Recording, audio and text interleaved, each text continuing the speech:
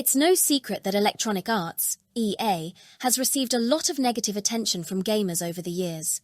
From controversial business practices to underwhelming game releases, EA has certainly had its share of missteps. However, what often goes unnoticed is the positive changes that EA has made in recent times. They have been releasing nothing but fire lately, from Wild Hearts to the Dead Space remake and their upcoming Star Wars Jedi Survivor. But let's take a closer look at Battlefield 2042.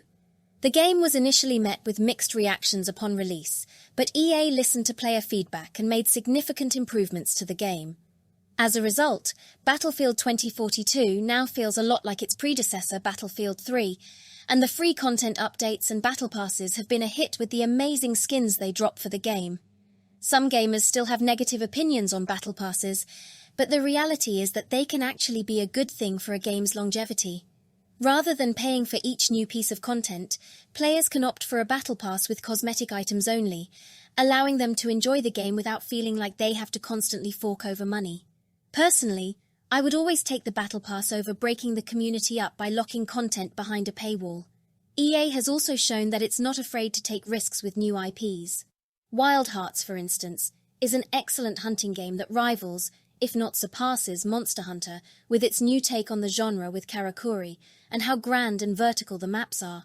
If you are a hunting fan, you will love the game if you go into it with open arms.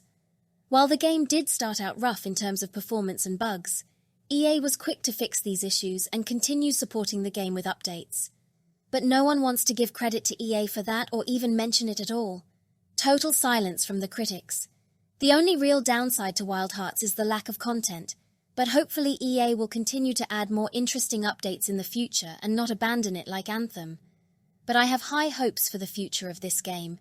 But it's not just about established franchises and new IPs. EA has also shown a willingness to experiment with new ideas. And this is evident with EA Originals. Games like It Takes Two, which won Game of the Year in 2021, are a testament to EA's commitment to creativity and innovation.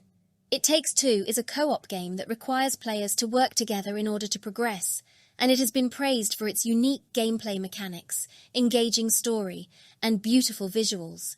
It's a game that truly showcases what EA is capable of when they are willing to take risks and try something new. But tell me, what new IPs has Capcom introduced lately?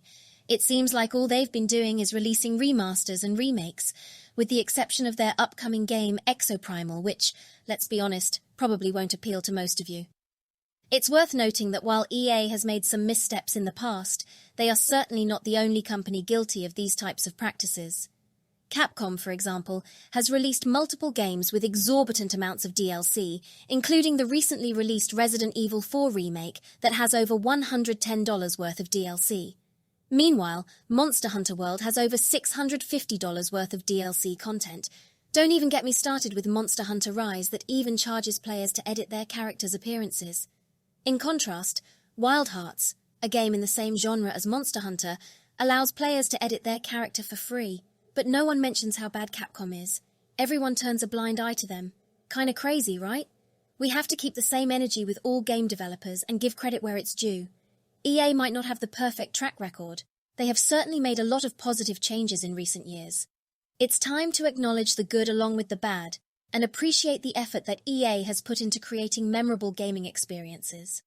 If we're being honest, EA is one of the best game developers out there right now, and it's time to start giving credit where credit is due.